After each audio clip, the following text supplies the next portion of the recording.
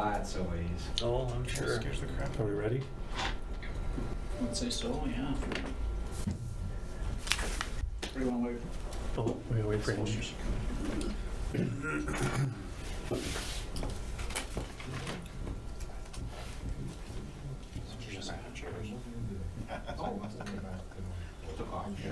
This is a different chair.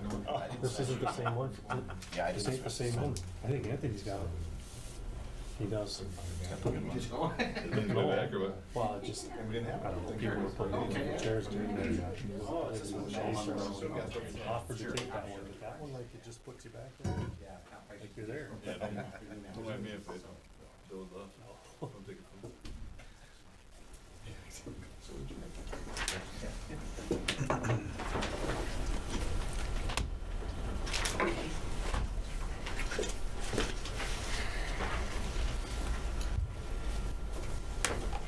All right, we'll call our special meeting to order today. The reason for this meeting is to discuss the 2022 budget. Perfect, thank you guys. Thanks everyone for being here.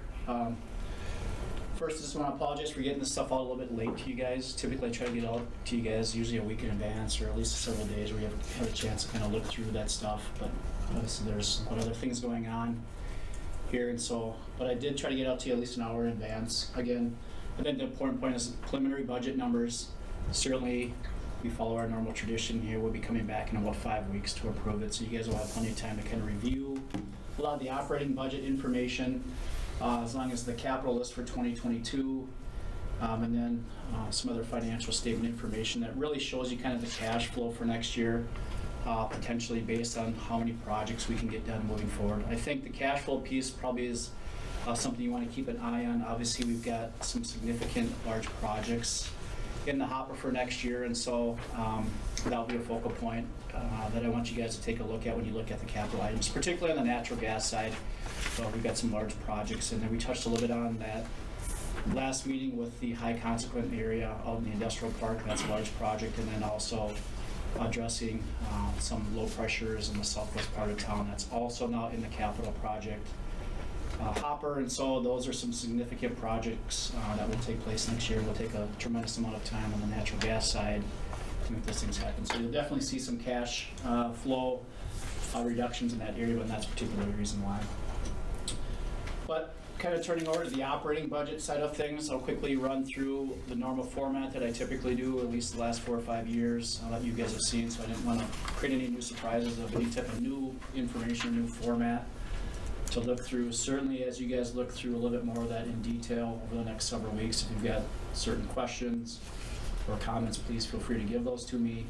I will tell you a little bit more this year so than probably the last 4 or 5 years, at least with the preliminary budget. There's still some moving parts really on the operating side of things. Obviously, we're still in union negotiations, so that obviously could impact where the wage and the salaries are. I do have in what we had originally talked about with the 4% increase for 2022 in the wage benefits area. I also have the grid moving 4% for the non-union side, so I've got those applicable wage increases for the non-union employees in this. So if something deviates from the union side of things, obviously that will impact the salary and wages area piece. Also waiting on a few areas in the production side. We're still waiting on some quotes back in a few areas as far as some maintenance and some repairs at the downtown facility with the elevator. So that may or may not change. And I'll talk about a few more things as we go along. So there's still a few moving parts, particularly in that area, and then also particularly on the capital side of things in the production area. So some of those things may be tweaked over time, and there may be even an instance where I'll need to come to you guys even after we've approved the budget and talk about adding another capital project in or adjusting what we're doing in the production area around maybe some of the things that we have going on. And I'll touch a little bit on that on the capital side. So I guess the point for you guys is there's a few more moving parts typically this year, more so than there typically is in the past by this time. Obviously, some of that is just waiting to get quotes back from people and some of the projects and delay in communication and things of that nature. So that's having an impact on really where we're at, but we'll kind of address those as we move forward. Any questions before I go through the operating budget, at least the preliminary information?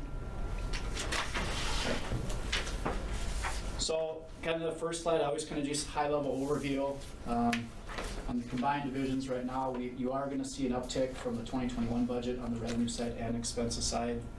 Predominantly, those are going to be mostly due to the commodities side of things, both on the electric and natural gas side, predominantly on the natural gas side. But overall, combined divisions, right now, we're looking at just over $43.5 million in revenue, expenses of $42,796,000 on the expense side for a net profit of $740,000 roughly.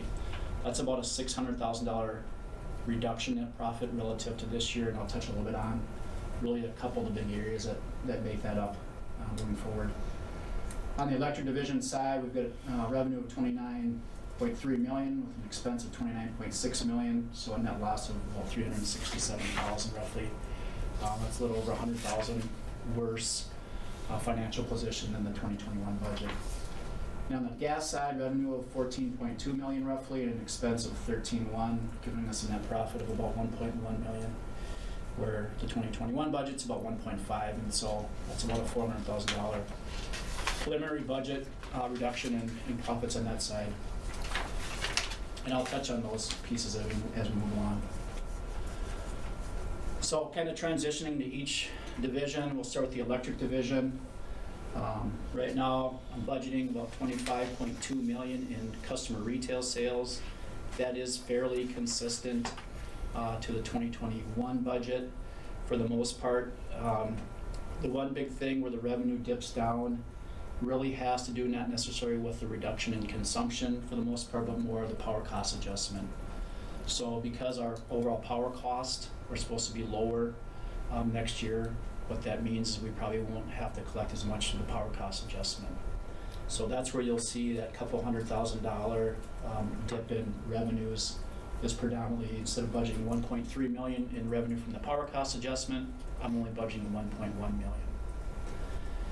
When you look at the residential sales, the small general sales, the large general sales in the industrial class, those revenues are fairly consistent to what you've seen over the last couple years. Again, I think the takeaway from that is our loads are fairly consistent, from year to year. Obviously, we've talked about one of the companies maybe looking to continually expand out in the TDK area. So I do not have any of that major expansion happening. They have a time frame moving forward. We're just not sure if how much that's going to happen in 2022 versus the third quarter of 2022, and how fast do they build out additional facilities and start increasing load on that side based on the equipment they're bringing in. So I've left this as normal operations, normal weatherized weather. We're looking at a fairly consistent revenue coming in on the electric side relative to the last couple of years. As I kind of mentioned, the budget for this year is about down $216,000, but you can see $200,000 of that is through the power cost adjustment. Overall kilowatt hour sales, pretty consistent. 2022, I've got 281 million, 99,000 kilowatt hours budgeted for this year. Coming up in 2022, and you can see the 2021 number was just over 280,800,000. So essentially flat. It's a 0.1% reduction, but essentially flat on both those areas. I am seeing a little bit more reduction on the small general sales. I think hours of operation for people in that class have started slowing down. Obviously, the pandemic did help. You've got some people in those classes maybe not opening on a Monday or opening on a Friday or closing with a little bit more limited hours. Some of that's due to the staffing levels in some of the customers that we have predominantly. And so I am seeing a little bit of trend of a little bit less load coming out of the small general class than typical. As far as the other classes, the residential, large, and industrial, those are fairly consistent for the most part. Don't see any real trend that would suggest that those are going to be things heading in a reduction or a decline. So are those flip-flopped?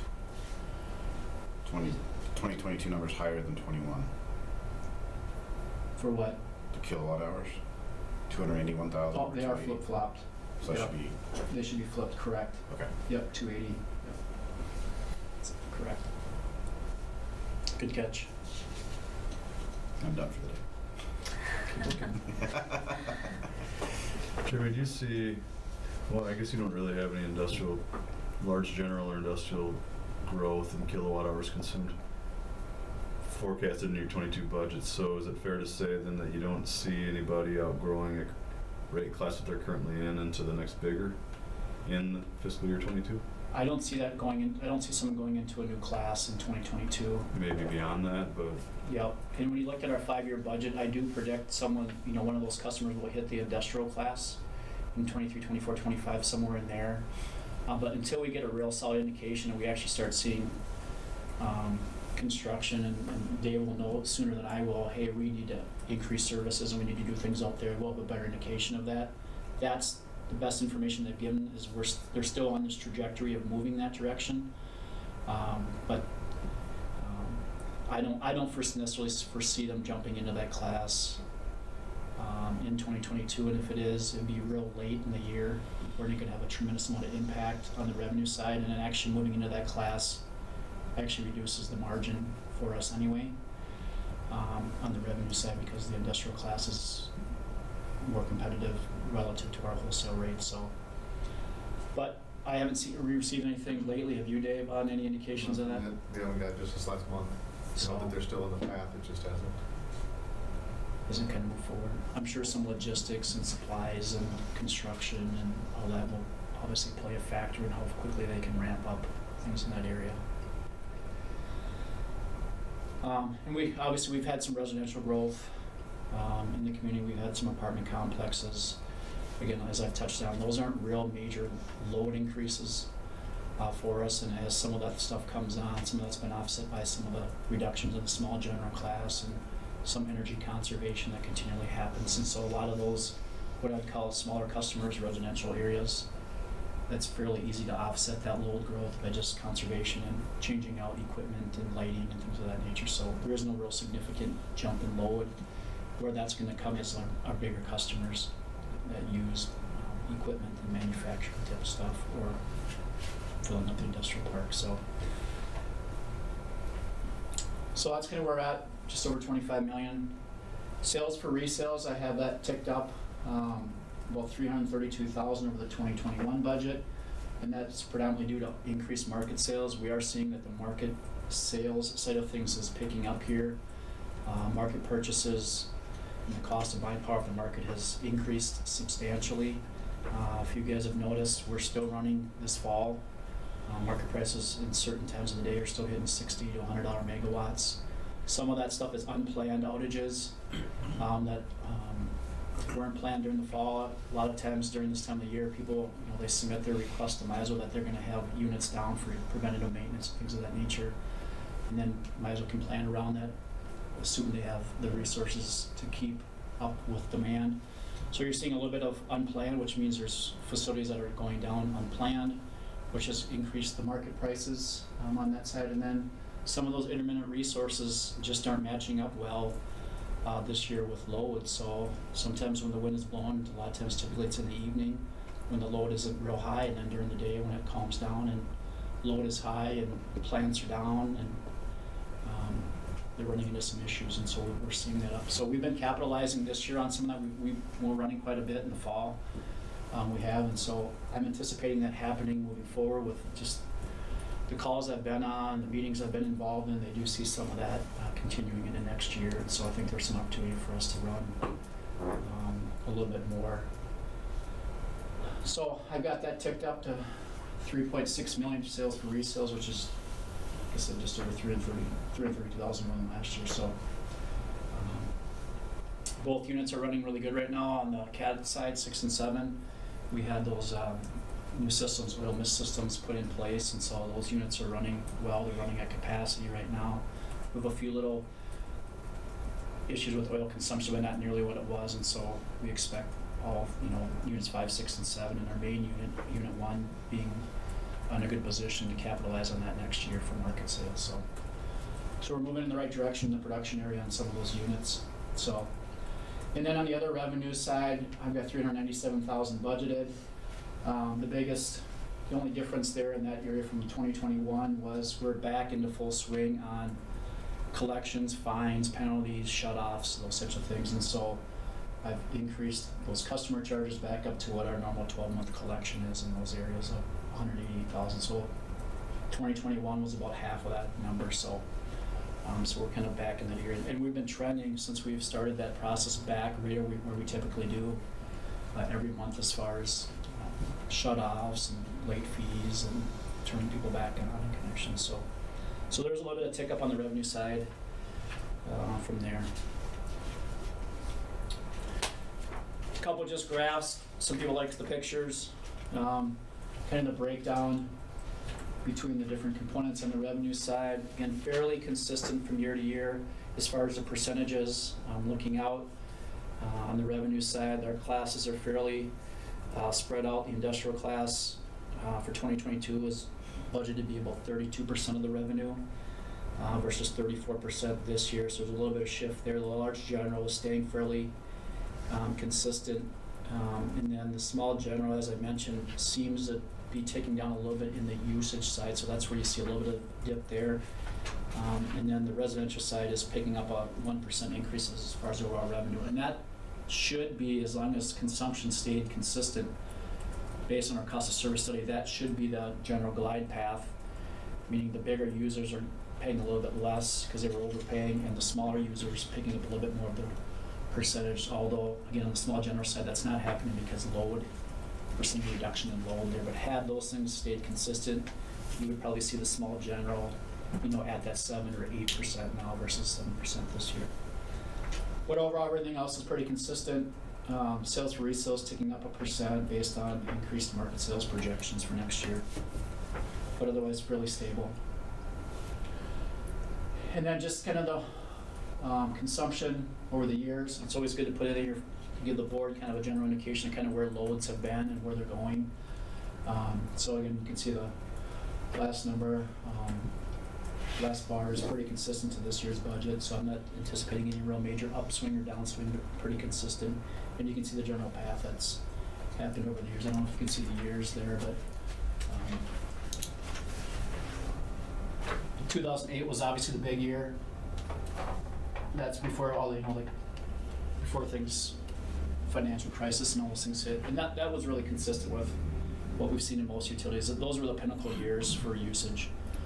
Not only on our utility side, but also on the city side. We're down there, the water and sewer and gas, those are all consistent with that. So I would say there's less fluctuation based on usage, and it's more weather-based. When we see swings in big weather patterns, that's when you see the change in some of the usage. But overall, pretty consistent.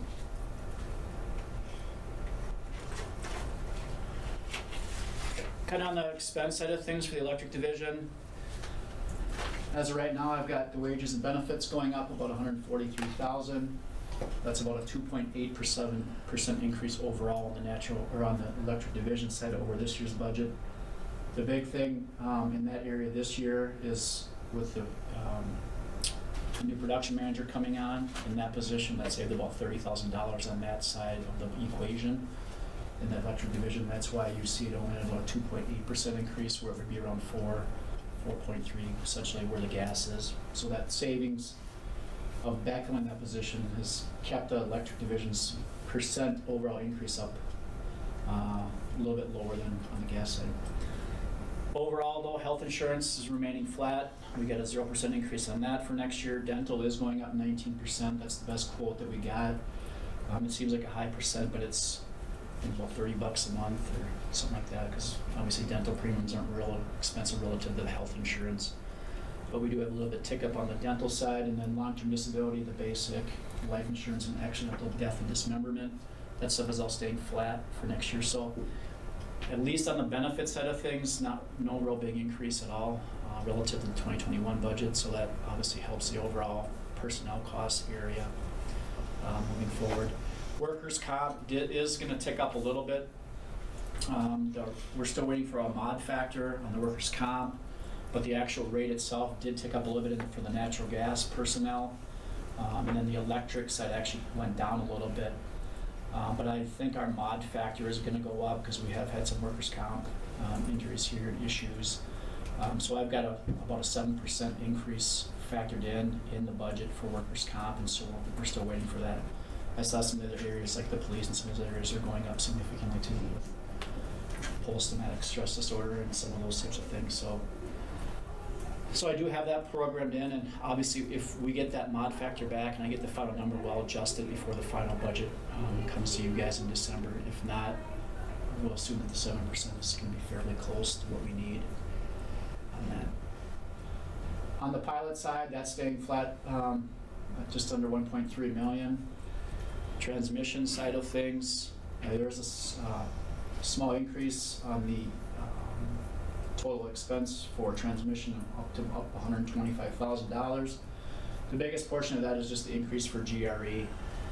We're projecting just over 2.5 million in transmission costs for them, which is about $119,000 of the $125,000 for there. And you can see I've left the zonal rate changes in there, so you can kind of see the history of what that rate has been over the years. It's projected to be up to $6.38 for next year. It's $5.94 this year, so that's been a small increase there. And then I do have $6,000 budgeted for MISO. We're seeing a little bit of increase in some of the admin software support kind of areas, but nothing real major. So overall, not a real significant increase, but there is a little bit of increase predominantly coming out of the GRE transmission rate analysis and study and what they've submitted to MISO. Jeremy, back to the pilot bullet point. Yep. We did a couple, 2-3 years ago, we did a glide path up, I think, on the percentage of revenues that was associated with pilot. Are we now at the plateauing off at that percentage, 4.5? Yes, we are. Yep.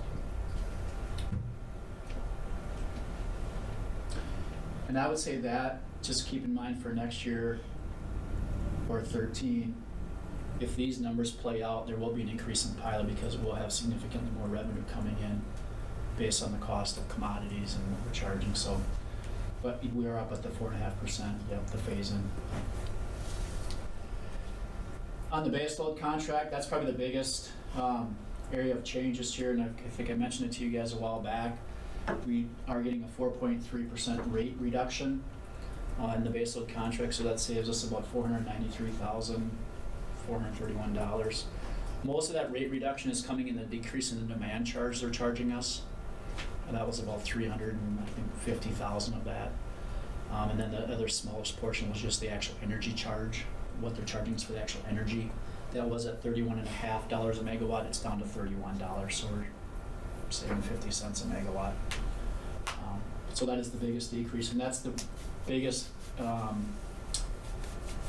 area why our power cost adjustment's going down to 1.1 million is we're just going to have less power supply costs coming from our baseload cost. How much was power cost adjustment going down? 200,000. So we've got. So 200 of that 500 is. Yeah. So if you net the 500 down plus the 125 in transmission up, going up, you're at about that 375. But I'm anticipating some increase in market purchases because the cost of buying off the market I think is going to be more expensive. So when you net all those things that go together and what our power cost is, I'm saying we should, at the end of the day, be about $200,000 less than this year, which then means we don't need to collect that through the PCA. And then some of the additional things in there that change some of the things, and ultimately the bottom line really in the natural gas division. I do have $20,000 budget in there for the cost of service study for next year. And we're about that time where we should go back through and either confirm the glide paths or readjust based on if there's certain parameters that we want to get out of the cost of service study and how we're charging. I've got $42,360 added in there for the increase in breakdown coverage. So right now we're paying about $260,000 roughly in additional equipment coverage on our facilities. That's bumping up to $300,000 at this point. The other piece that's in there is they've significantly increased our deductible on our new units from $250,000 to $2.5 million. I think there's some miscommunication on what those units are and how those things are operating, and so I've been working with our insurance company on that, and so I'm not sure if that will lower the ultimate premium, the final premium at the end of the day by the end of the year. It certainly should lower the deductible back down to what it normally was. So I'm still working through that piece. One thing Jared and I have talked about though, I mean, if we're gonna be getting at $300,000 a year in premiums just for the additional breakdown coverage, we may need to start looking at doing an analysis, risk management analysis on, does it pay to continually pay that premium, or should we be self-insuring a lot more of that stuff, or should we have a combination of covering certain things and then self-insuring some other things? So I'm in contact with Rochester. They're going through that study this year. I was hoping to get to some of it this year. I just haven't been able to get to it. So I'm going to ask for their results on what, because they've got similar sized facilities and similar assets here, to see what came out of that one. And that may be something that Jared and I will need to spend some time on next year, is really assessing the risk that we have for that additional coverage, and is it worth, $300,000 in premiums on that. So that's something I may come to you guys at some point and say, hey, I don't have it budgeted in the budget right now, but that may be something I may come to you guys and say, hey, we need to look at maybe doing a study and see where we're at going into the 2023 budget. And then I've got $70,000 there right now for asbestos removal. We've got some asbestos in the downtown plant we'd like to take care of and get that out of there. So we've got some preliminary numbers on that. So I've got that budget in there that typically isn't. And then I've got $37,000 budget in there. We got to do all of our RADA testing and emission testing next year. Our emissions permitting requirements have been extended to next year, the spring of next year. So most of our units will have to be tested for emissions. So we've got money in there for that.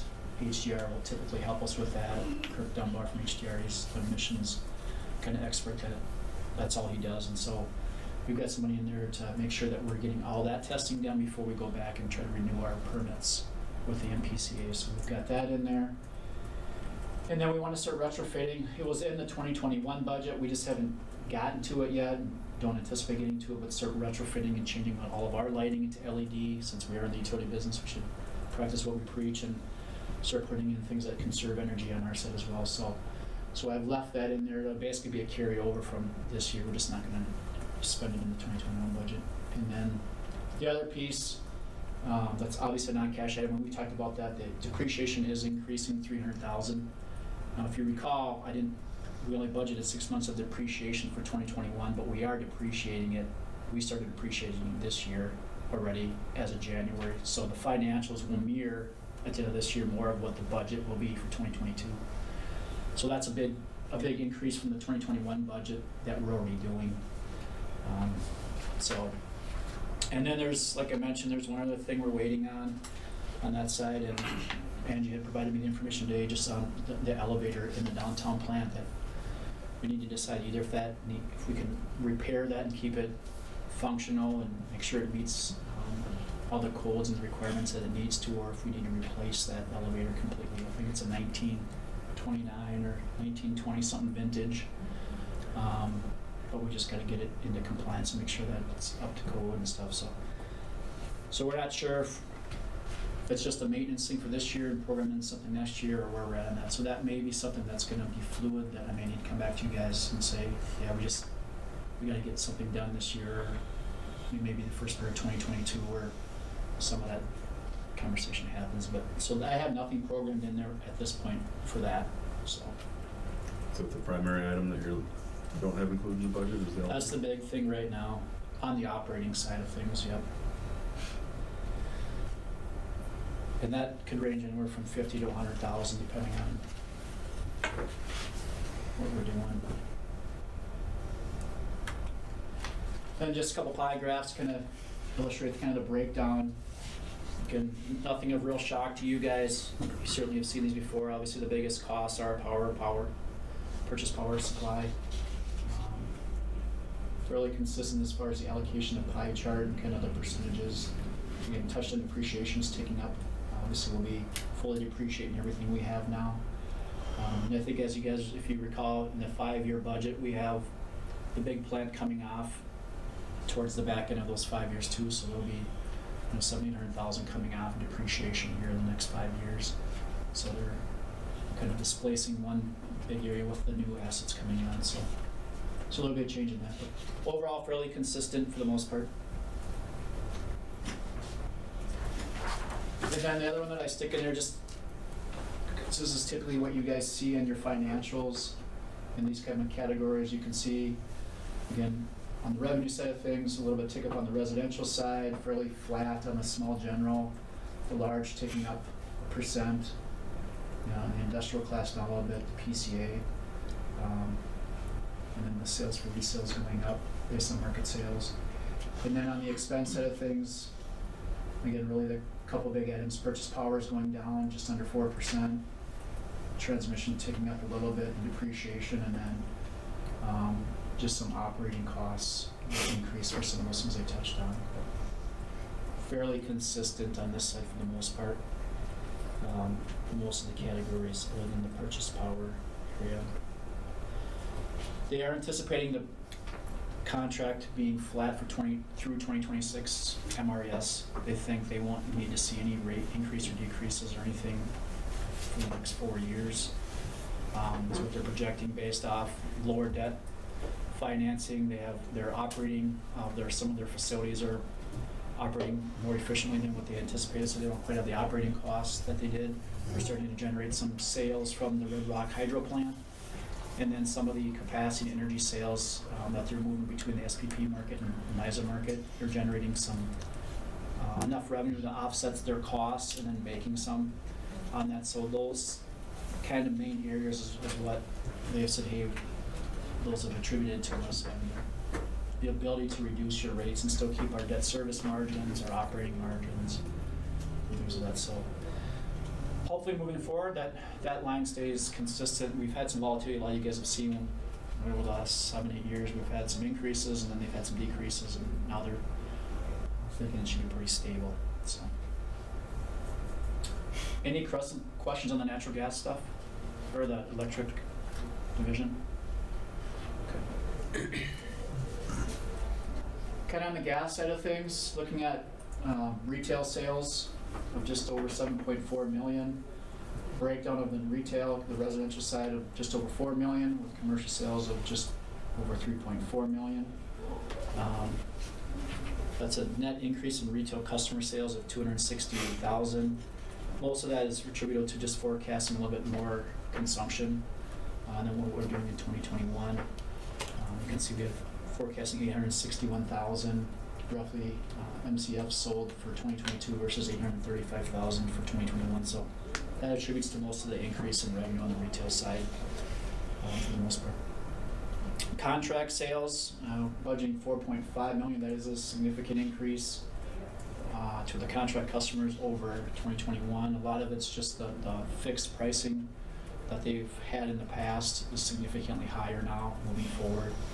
A lot of the fixed pricing that they're going to be looking at is in that $4.53 range, where it had been in that $2.75 range. And so, as I'm sure you guys are all aware, you've seen obviously natural gas prices are up, and so even when you're fixing in prices, those fixed prices of 5 years ago just isn't going to be there moving forward. And so, obviously, the commodity side of things is a pass through for us on the contract side.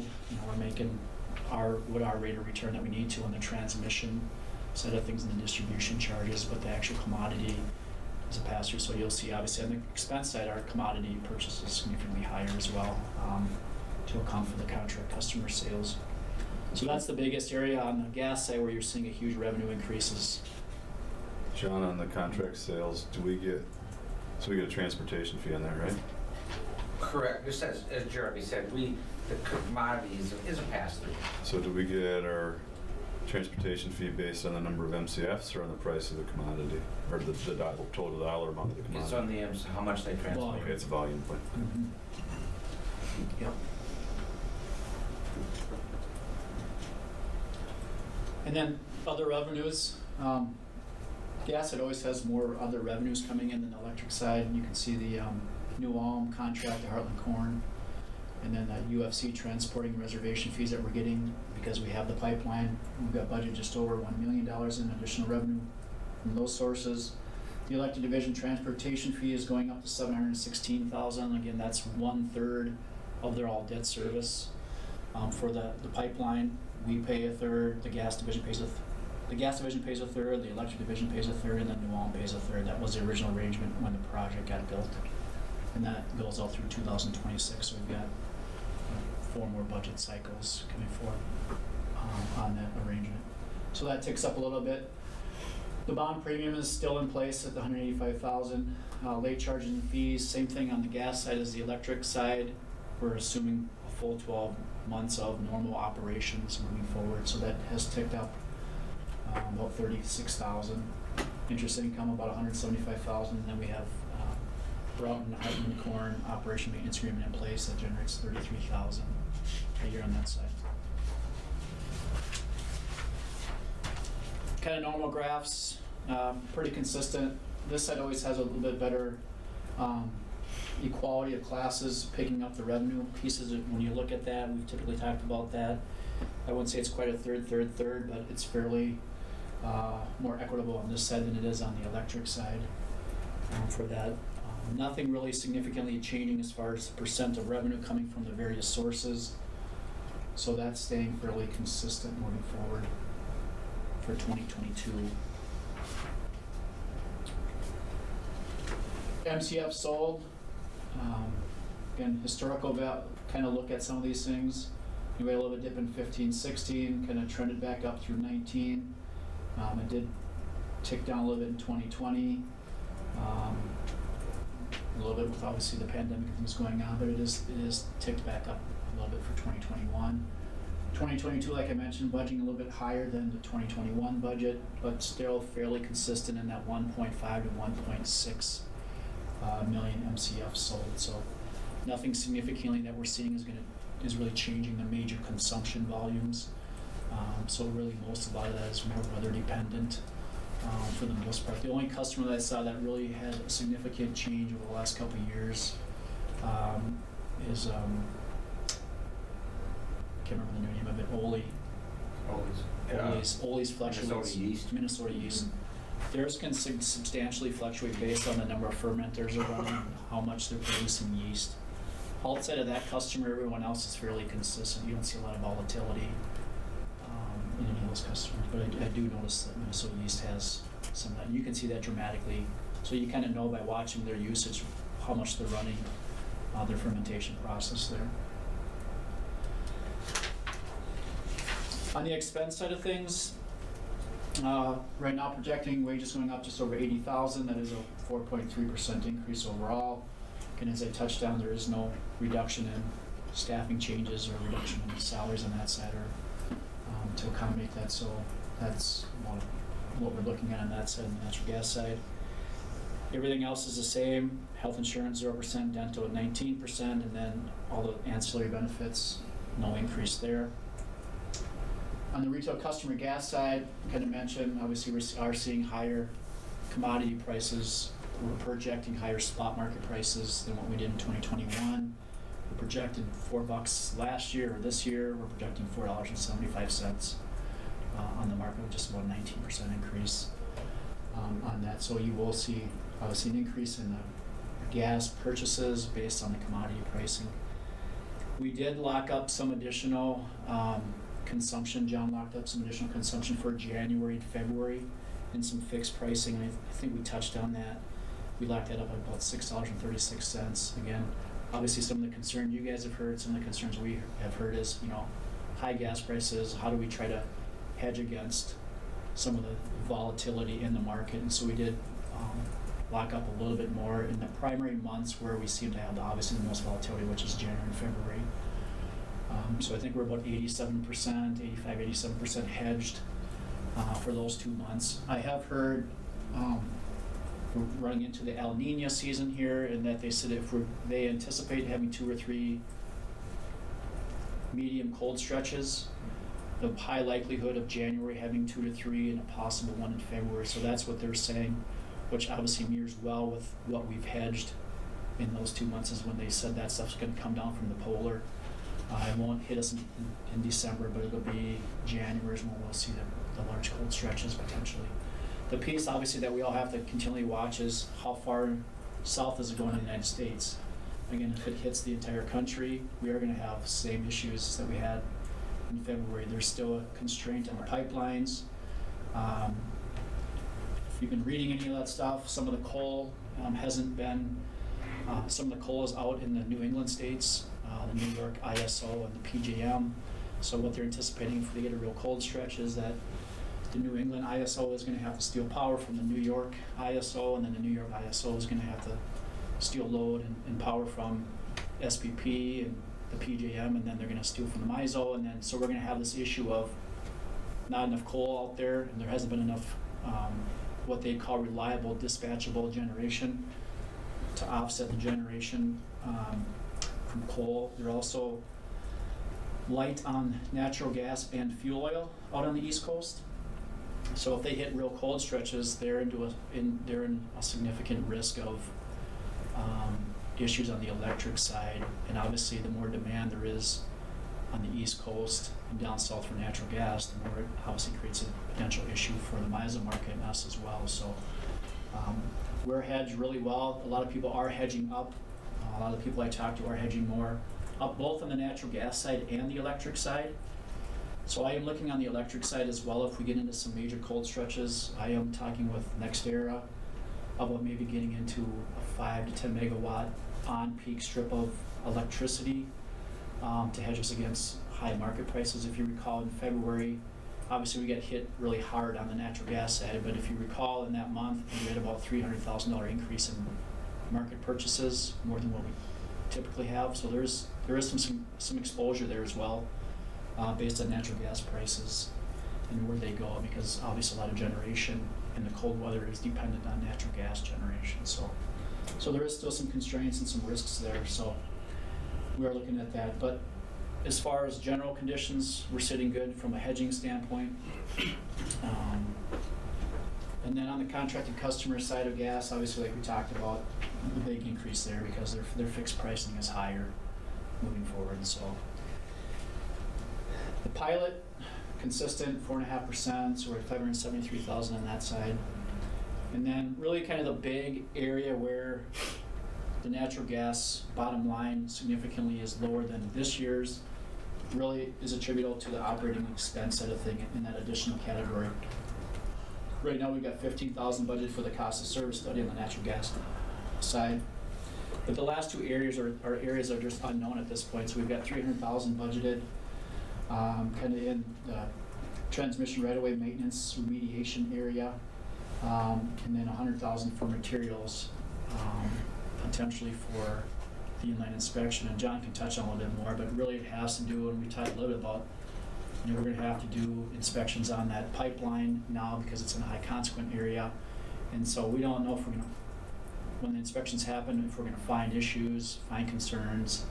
And so we wanted to make sure we were on the conservative side and put money in the budget in case there are issues that we're going to have to address in the pipeline. So if it's great and there are no issues, then this budget looks really similar to the 2021 budget, but we just don't know what that's going to look like. So that's really where the big change for the most part is in the natural gas side is planning for the worst case scenario on that project. I got another question for you guys. Yep. This is back to that, real or perceived anticipated spike in demand and price in the market for gas and cold snaps and so on. So we're properly hedged up, right? 85 or 87% of commodities locked up at what we think our demand would be. Is there any other factors out there, John, that would influence our ability to receive said gas, transportation issues, or whatever? So if we're nominated and we're hedged up at 87%, it's ours. It's ours. And BP has, in my 28 or 9 years, whatever I've been here, BP has never, ever, ever had a problem getting gas to us. We have been curtailed a few times on the northern border, but typically BP will curtail everybody else on our pipe and let us go, which is great. So, no, I mean, I can't guarantee it, Right. but I feel pretty confident that we're good. Thank you.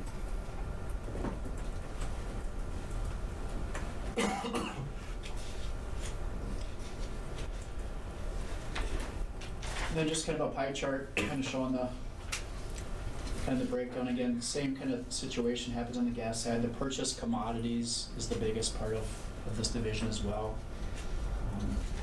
That's where the costs come in. Everything else is fairly consistent. Kind of a summary of the preliminary budget. You can see again, kind of just a snapshot where the big increases are.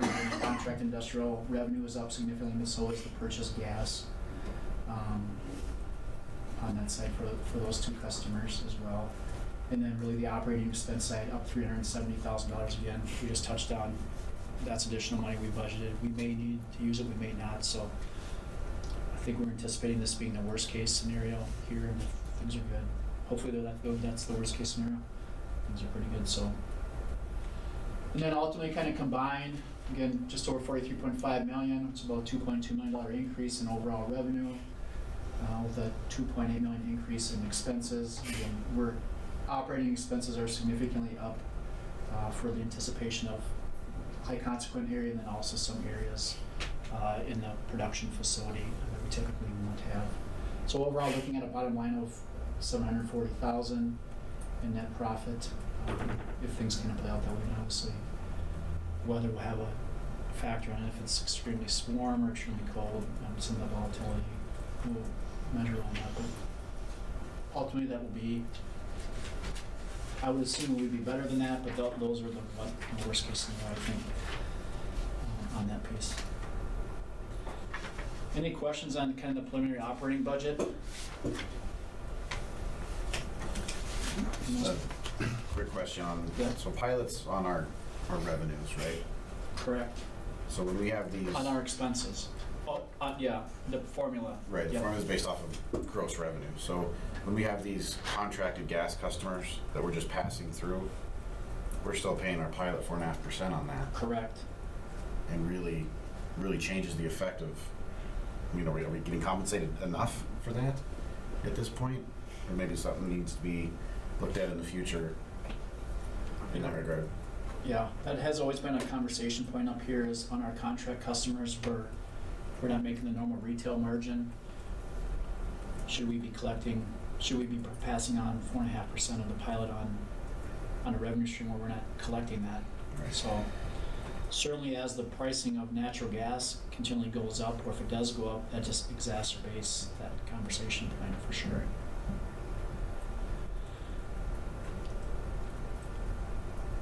I don't know what the solution is, but it just seems like we're not getting fairly compensated, and you have to take that into consideration when it gets passed through. Unless we could get that excluded from the pilot. That's been talked about in the past. And there's the couple conversation points on that topic that come up in my mind is excluded from the calculation, or adjust your percentage of pilot accordingly to represent the quantified impact of said calculation. Maybe a conversation that we need to have with the city and some.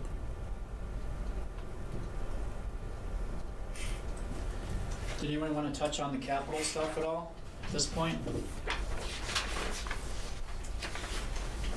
I can quickly just run through to give you just a general idea.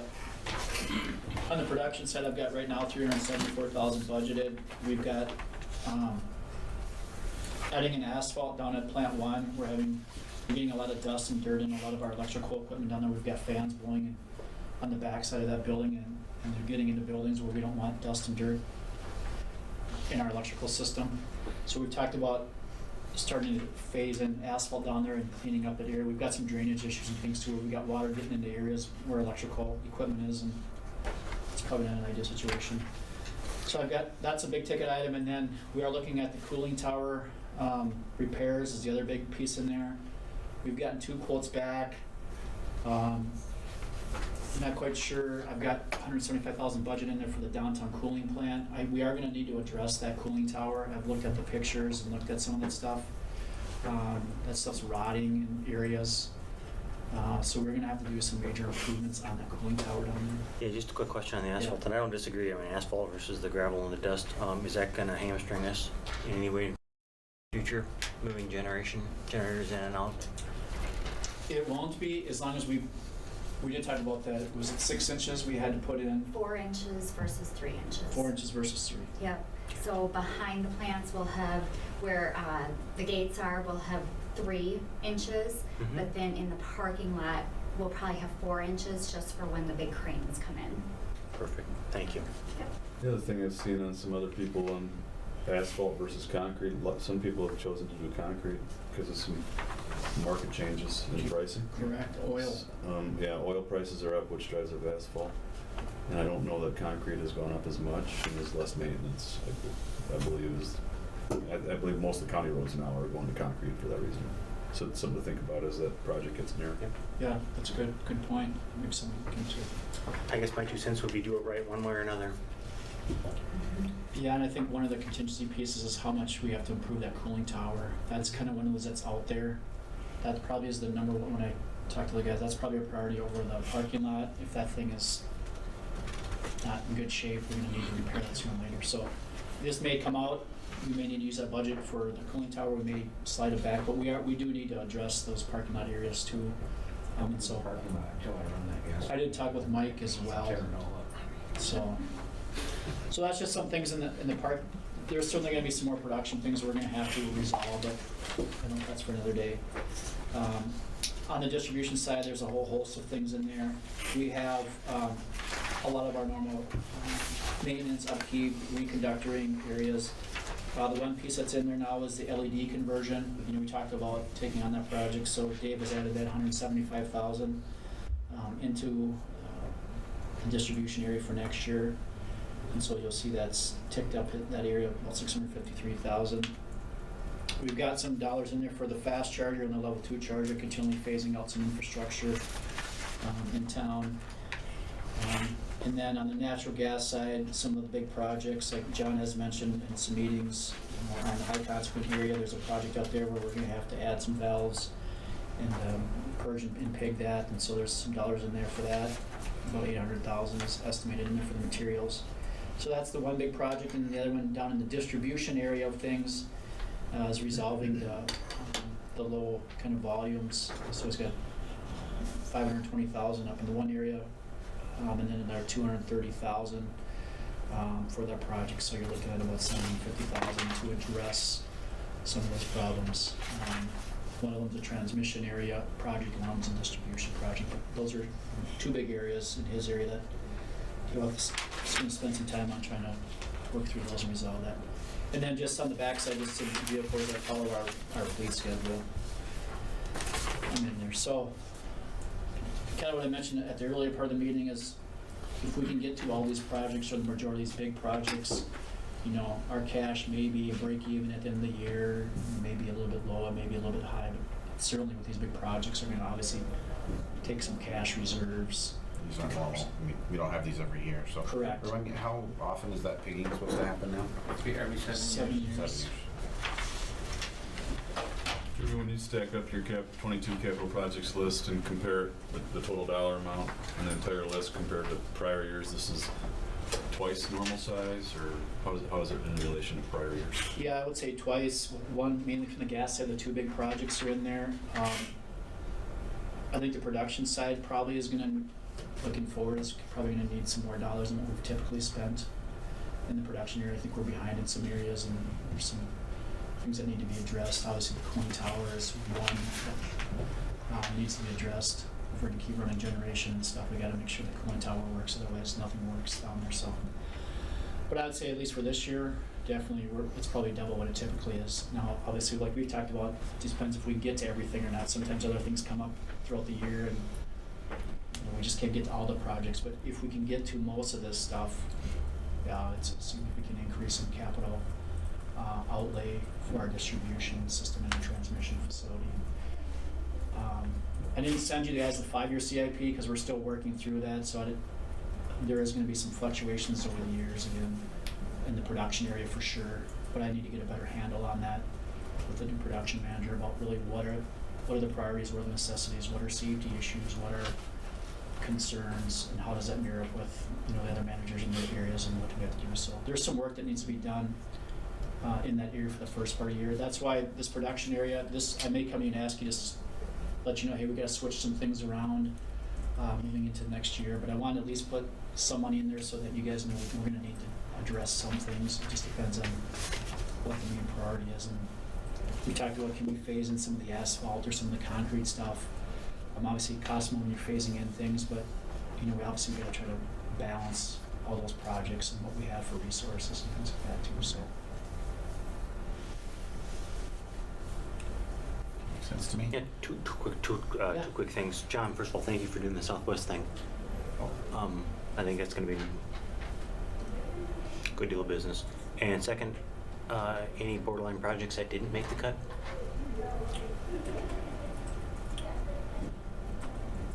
No, this will keep us busy all year. Okay.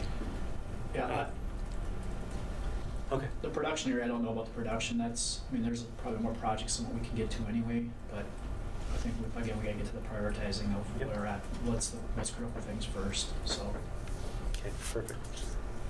You know, philosophically, you're gonna have a new manager in the production, and with a new set of eyes comes potentially a new set of projects or priorities. So understandable if something comes up and we need to talk about a project that wasn't budgeted for but might need to be done.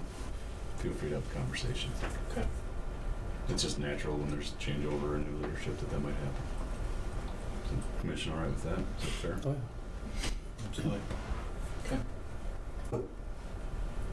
Anything else? Okay. Certainly, as you guys look at that stuff, feel free to give me a call or if you have questions. Again, some of these things are still moving parts, right? So, Thanks, Jerry. you bet. Thanks, guys. Thank you. Motion to adjourn. Second. Motion by Don, second by Anthony, all in favor? Aye. Any opposed?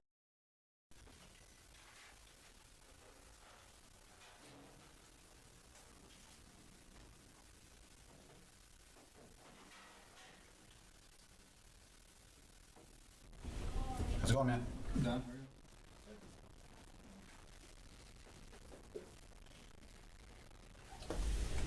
Jared out today. Yes. Dan too.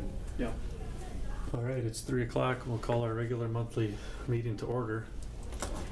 Agenda item number one. Before we get started, are there any conflicts of interest that need to be declared by any of the commissioners today? Yes, I do have a conflict of interest to declare. On the consent agenda, under ratified payment of bills, AM2K Properties is listed as receiving a CIP rebate, and I am 50% owner of that company. So I will be abstaining on agenda item number 2, approved consent agenda. All right, thank you. None here? None.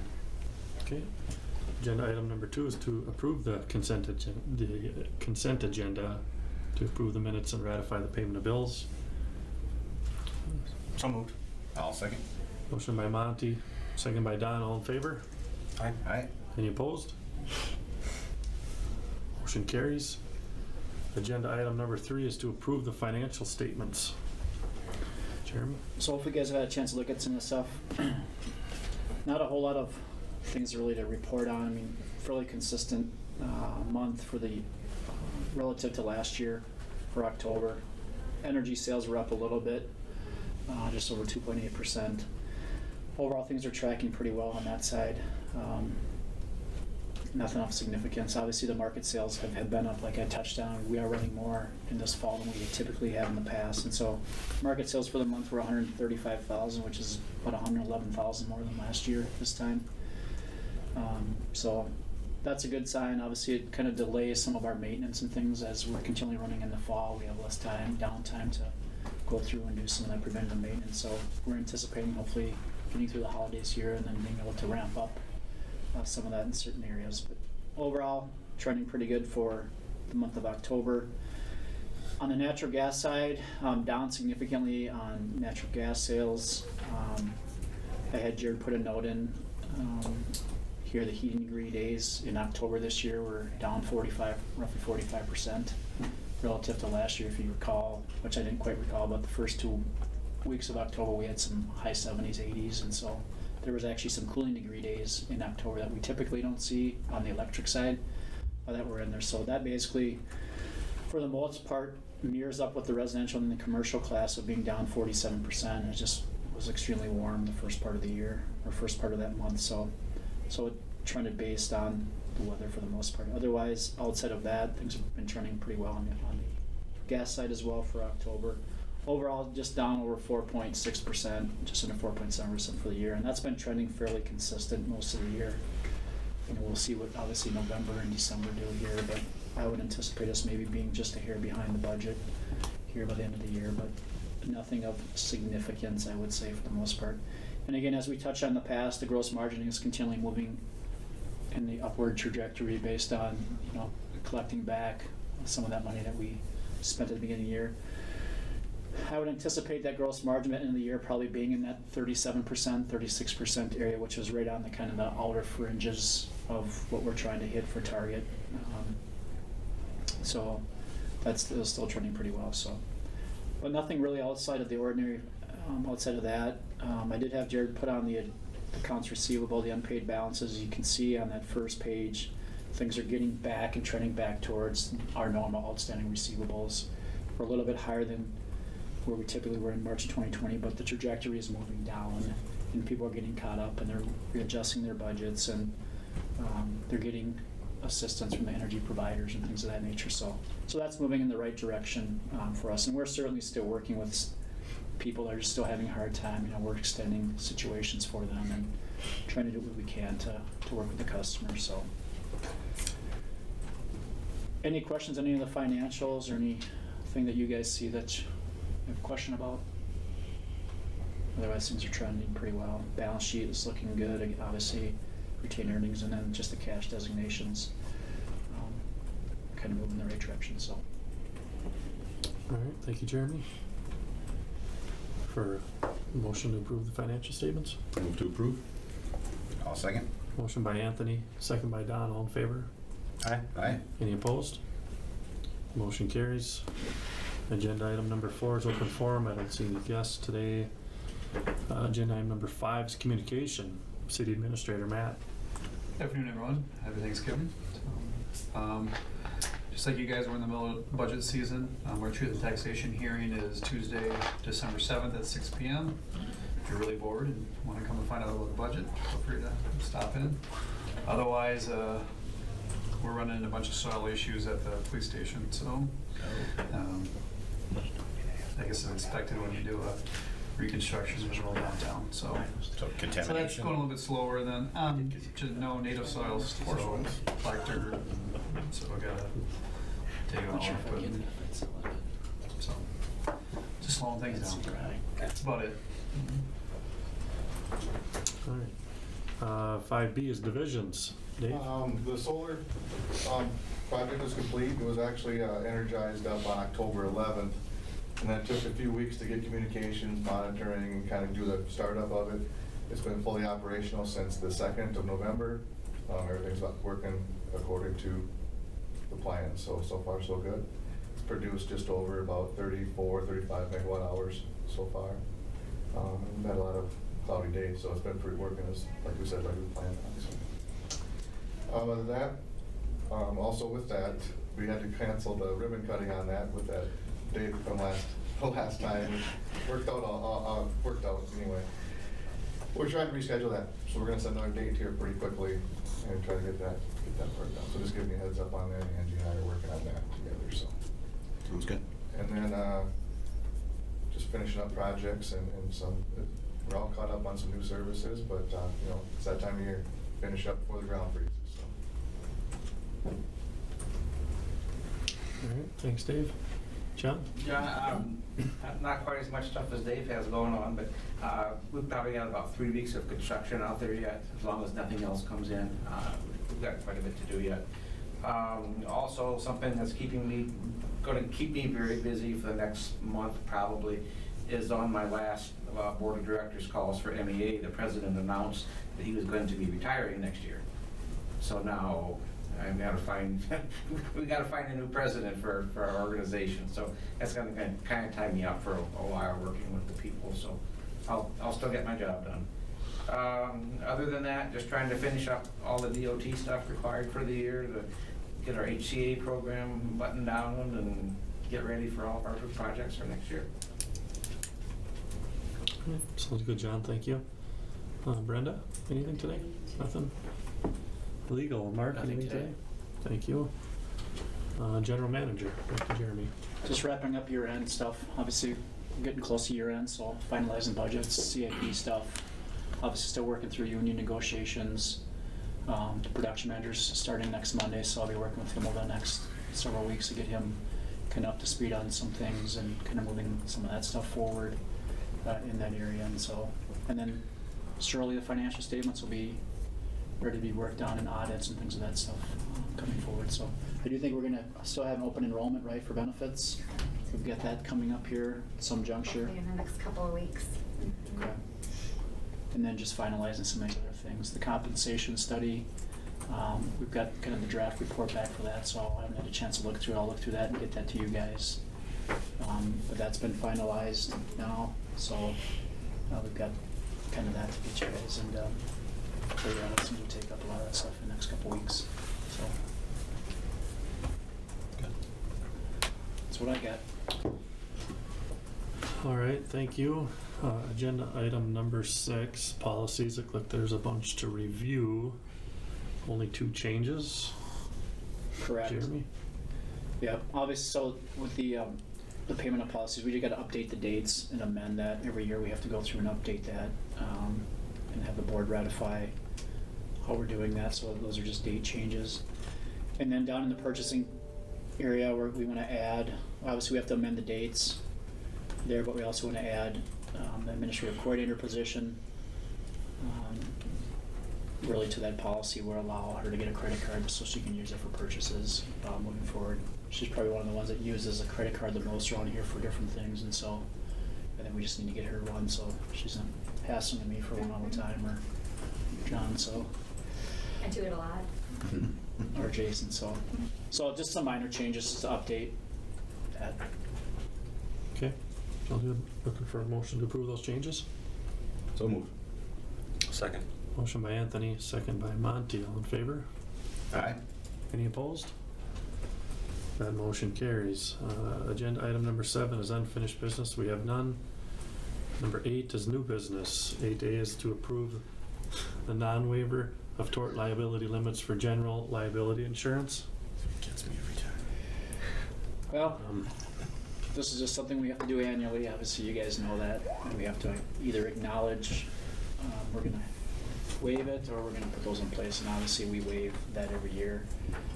So we're not opening ourselves up to exposure. So it's just one of the formalities we have to do and submit this information to the league so that they know that the board has taken the position of waiving that information. So just need you to approve that unless you don't want to. All right, anybody? I'll make a motion to not waive the tort liability limits. Motion by Don, I'll second. second by Anthony. All in favor? Aye. Aye. Any opposed? Motion 8A is approved. That is a bit of a mind bender. I don't know if anybody actually has waived it, so. Let us know if they. We've talked about that several times, haven't we? Right. I don't know why you would, but No. The whole double negative thing kind of throws me for a loop.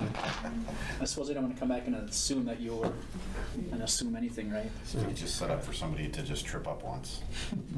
Someone might. Yeah. You never know. 8B is to approve the customer uncollectible write-offs. So this is a normal thing we do every year too, of just outstanding balances that we either can't collect through an address or social security or revenue recapture. So this year it's down. We've got just under $9,000 in uncollectibles that we're asking for you guys to approve writing off. Obviously last year was a little bit higher. We had Shopco was part of the uncollectible as far as the bankruptcy case, so that's why 2020 was just under 25,000. That was the majority of that account. But what you're seeing this year, this is typical more what you're going to see, that $8,000 to $10,000 range as we've cleaned up things and stay on top of that. Obviously, in situations where people have given us some of their information, we can get some of that collected through revenue recapture. If we don't have some of that, or give us a forwarding address, we can't find them. So This is an annual number, right?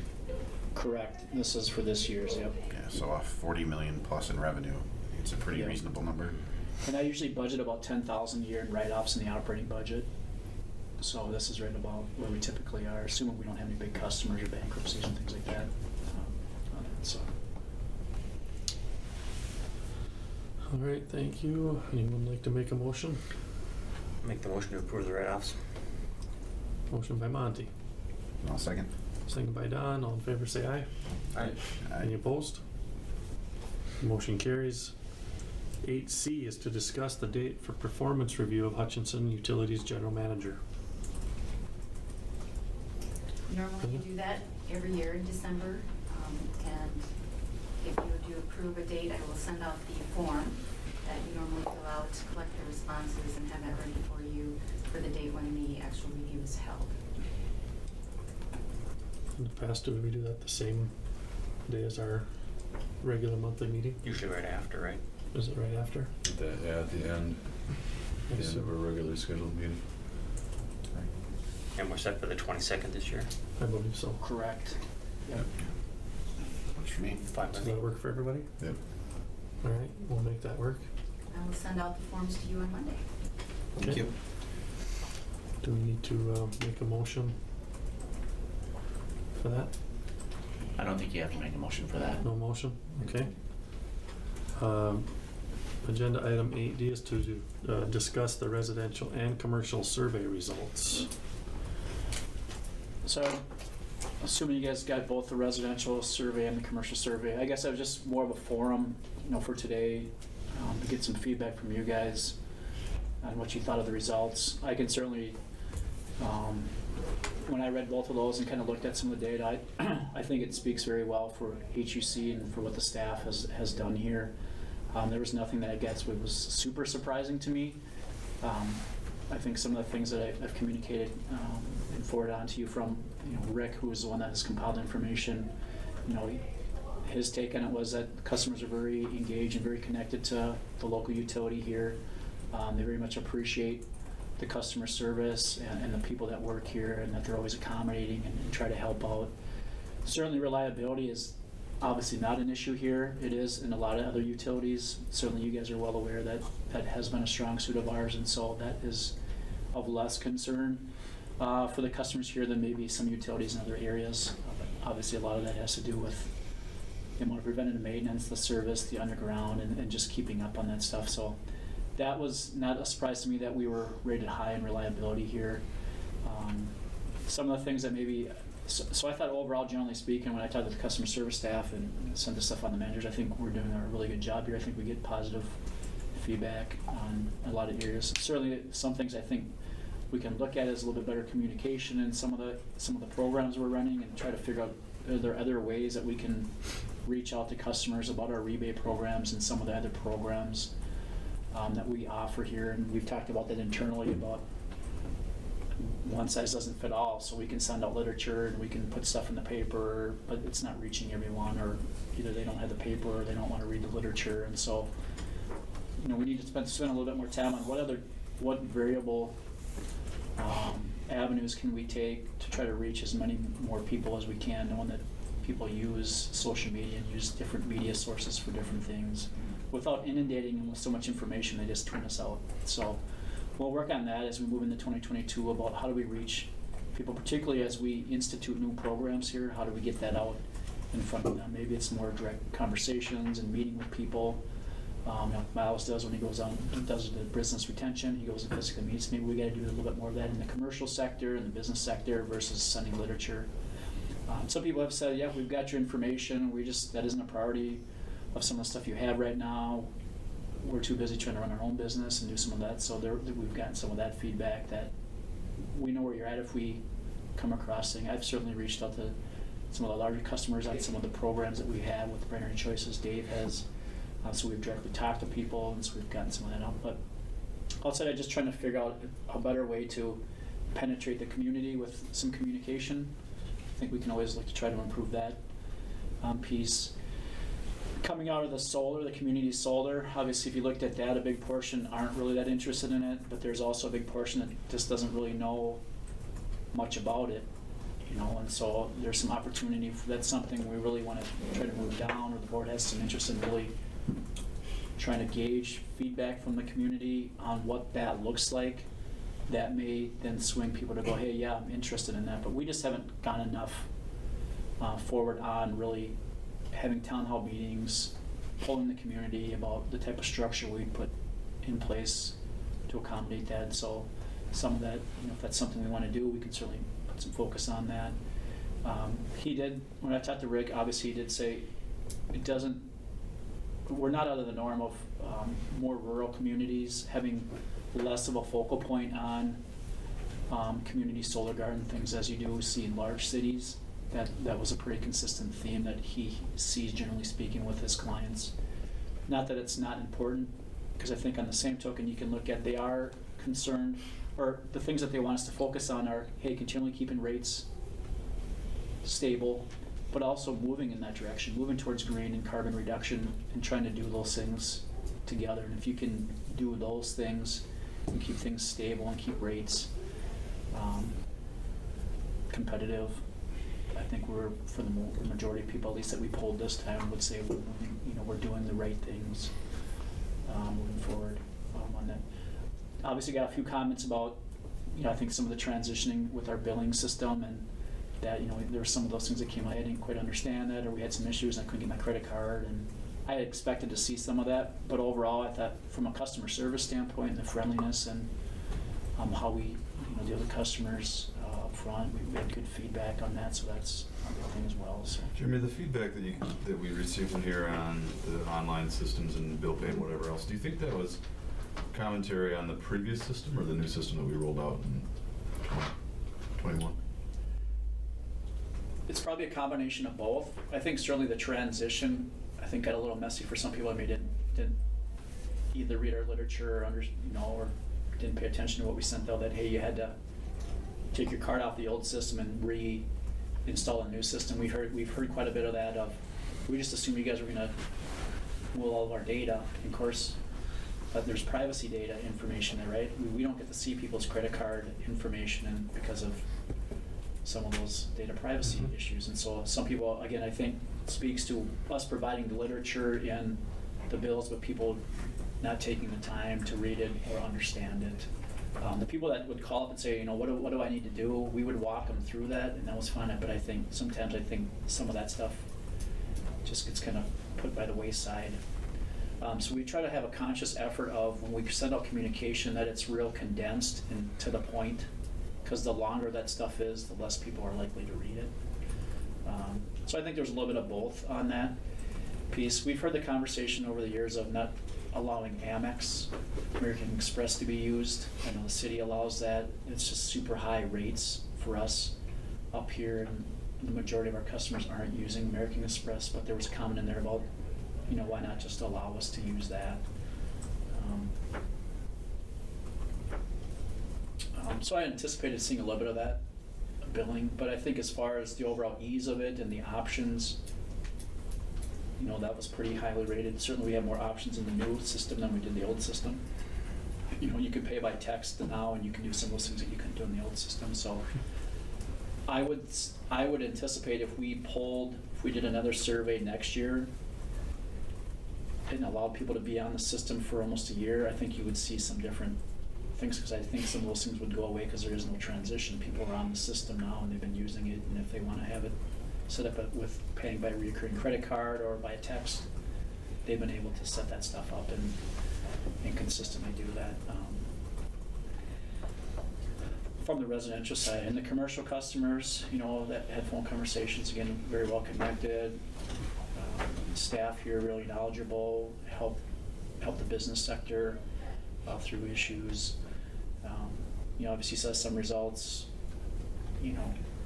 we pay our bill and we never have any problems, and so we don't feel like we need to contact the utility, and there's people out there that as long as things are going smooth, there's really necessarily no need. The one that I thought was probably the most telltale sign, which is what Rick had mentioned, is they use the Net Promoter scoring system. That's the one that encompasses everything: customer service, knowledge, reliability, and that one is a range from -100 to a +100, and we were a 57. He said that's the highest he's ever seen in a utility.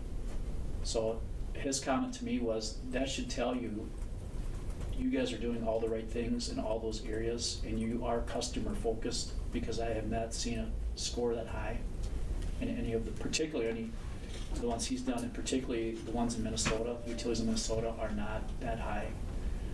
So that was basically, he said that you guys should be proud of that you guys are customer focused at the utility, because that wouldn't be that high of a score otherwise. So But I thought that's a telltale, so that encompasses all the different areas. I think that's fantastic. I mean, that tells a lot about the efforts of the staff. Being ratepayer focused, customer focused. When he benchmarks us against other utilities he's dealt with, is he dealing with municipals or investor-owned utilities? Or He does use both. He worked with both. Because, I mean, if you watch the headlines about utilities, it's about failure of overhead power lines and portions of the state without power for extended periods of time and so on. If people understandably take the reliability for granted until they see a headline that somebody's without, right? And that probably reminds them. It's like an offensive lineman in football. Yeah. You don't hear about them until they get flagged for doing something wrong. So, yeah. I can't help but think it all funnels, a lot of it funnels, well, two things. One, staff taking care of ratepayers and customers, but two, the reliability being the expectation of people. When they flip the light switch on, it just works. And then they find out from others that's not always that way. Yeah, Yeah. Okay. The staff deserves all the credit for absolutely. For that all response. Yeah. So. For the reliability and the service. You know, we certainly, I think if you looked at some of that stuff, you certainly saw some of the residual effects of the polar vortex in February still, and he knew that was going to be part of it because of the time when we did the survey, that you were going to get a little bit of that. Well, we knew that too. We actually considered Correct. postponing the survey for that exact reason. but Right. It kind of confirmed that the feedback that we got as commissioners in February or early March was real.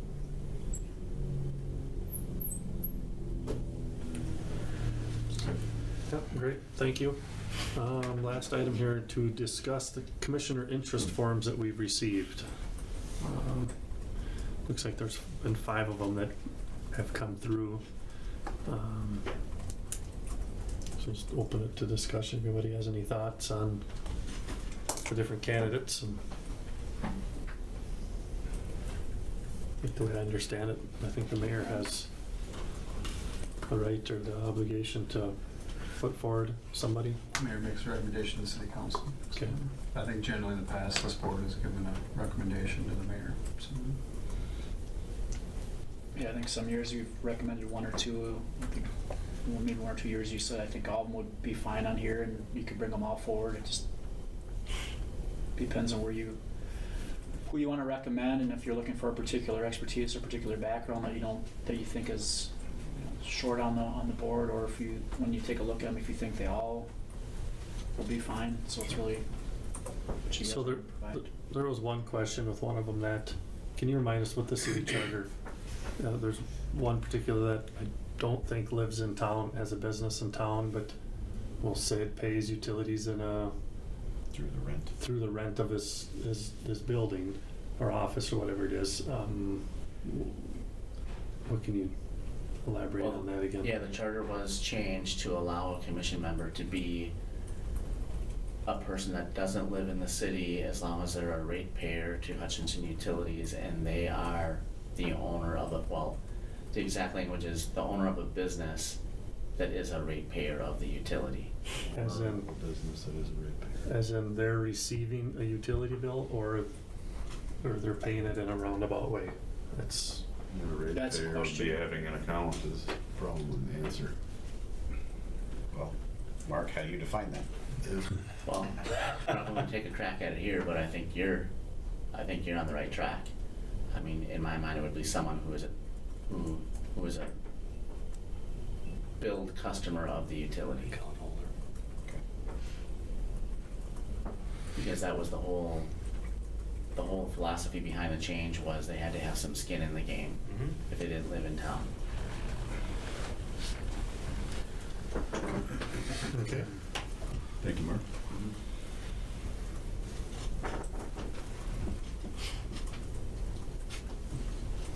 Well, I know what to say here, so.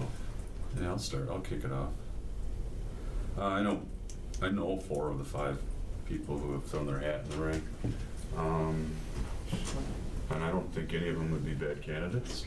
So all things being equal, when I start to think about how do you differentiate between 4 or 5 people that would be additions to the board, take a step back and I look at assess the skill sets that are present as commissioners and the skill sets that are going away, and see if there's one person, one applicant whose skill set complements or fills a void or a gap that we currently have or want to fill on the commission. So, just going around the table, Monty, your term is up, right, Monty? You're the one that we're replacing. So, Into the sunset. Monty's skill sets would be golfing and, I mean regulatory. Regulatory, St. Paul matters, utilities insider almost. And I don't think that we have anybody that fills that. Don's works at a bank, I work at a bank, I'm financial minded, Don is probably, fair to say, Don? I'd hope. That's an entrepreneur and in manufacturing, and as I look around, as I mentioned at last month's meeting, you look around on the history of the commission, we see some manufacturing representatives, we see some engineering representatives, we see some financial people, a couple of attorneys, and so on. As I mentioned, I know 4 of the people, a few of them have probably financial backgrounds, a couple of them have manufacturing backgrounds, a couple of them have legal backgrounds. So that's how I've started to think about it, is if they're all fair candidates, is there a skill set that we see a need for more than others for the replacement of the chair that's going to be opening up.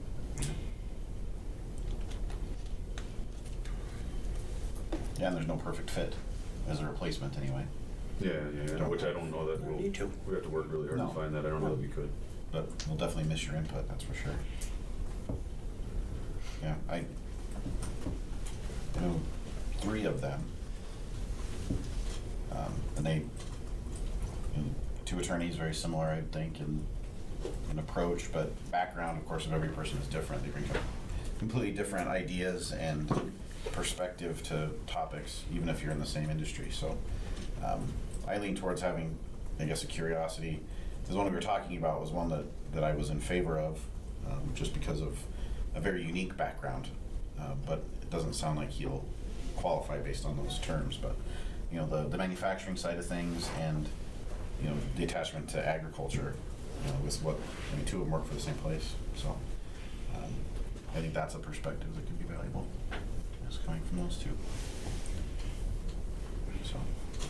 An entrepreneurial mindset could be helpful.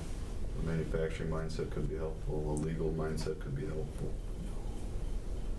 Yeah. Some of the things that we've done as a commission 20 and 50 years ago, by getting into distribution and a gas pipeline, is an entrepreneurial mindset, I think. So I think we need to be thoughtful of that.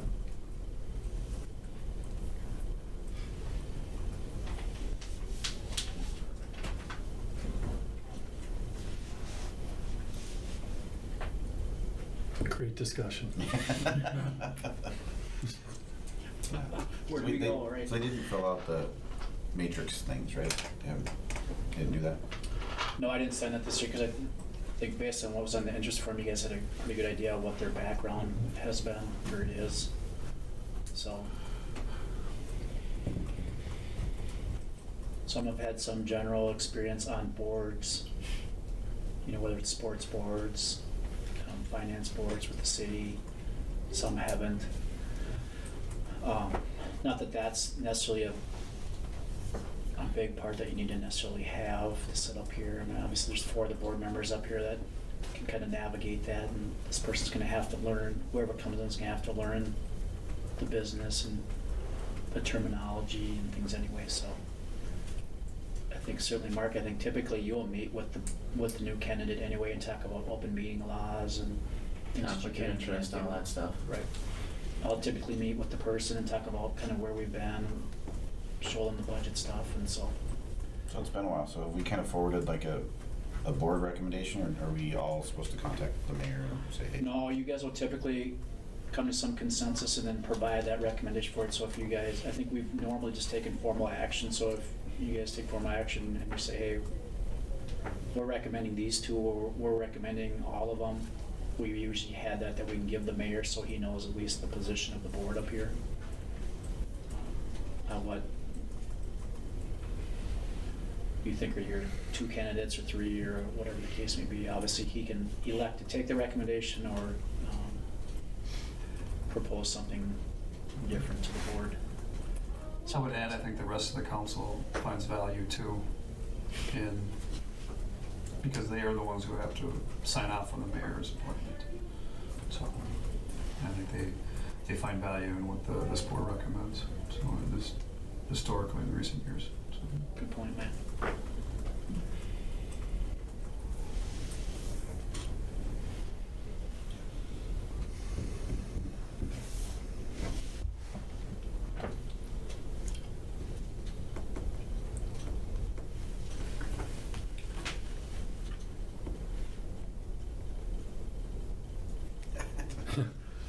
Yeah, I guess I was also kind of in favor of the one who's now not eligible.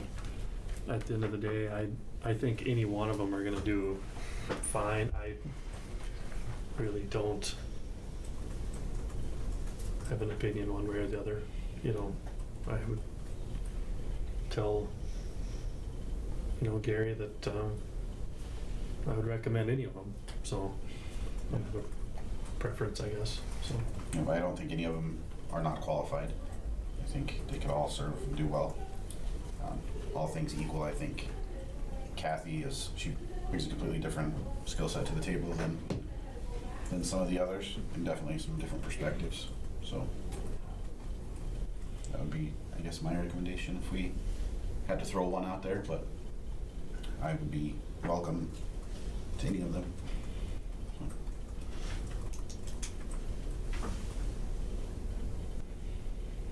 Monty? I'm a big fan of all of them. I really am. I mean, irrespective of their background, they're all well thought out people. They're all well spoken people. They talk, they listen. I think it's a good group of candidates. Anthony? I'm right with that. There you go. A whole bunch of non-committal answers. Must be government. Motion to approve that. I'm like, that's different than how? Yeah, it's hard to just publicly go against a candidate like this, right? You're Well, I'm very appreciative that we have 5 people interested. Right. The problem almost every group and board has is just getting people willing to and wanting to help out and do the job. So, and I think they're all qualified. So, I'm not going to make a bad choice. Yeah, with the only asterisk being as long as the charter allows for said candidate. Right. So the recommendation is good luck, council? Have at you, Gary. Yeah. If I was forced to, I would probably agree with Don and put my support behind Kathy. So.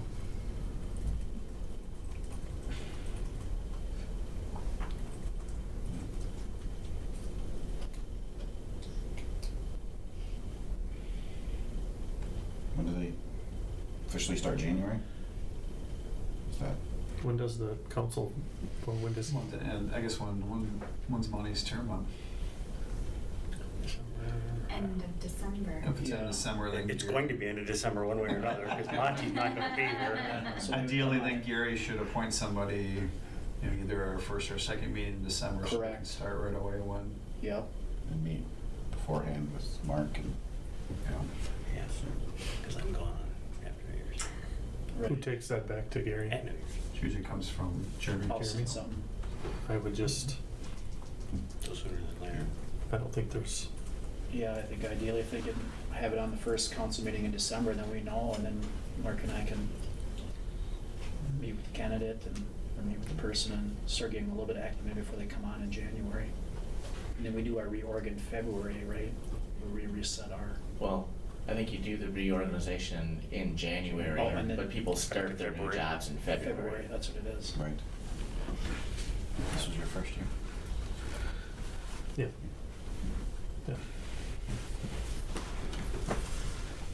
So what I'm hearing is any of them are I fine, would say, assuming I they all mean, meet the as long as requirements of the they're- ordinance. Charter Commission. And then I assume that the interest forms also get forwarded onto the council as well. Yeah, I'll send them all to you.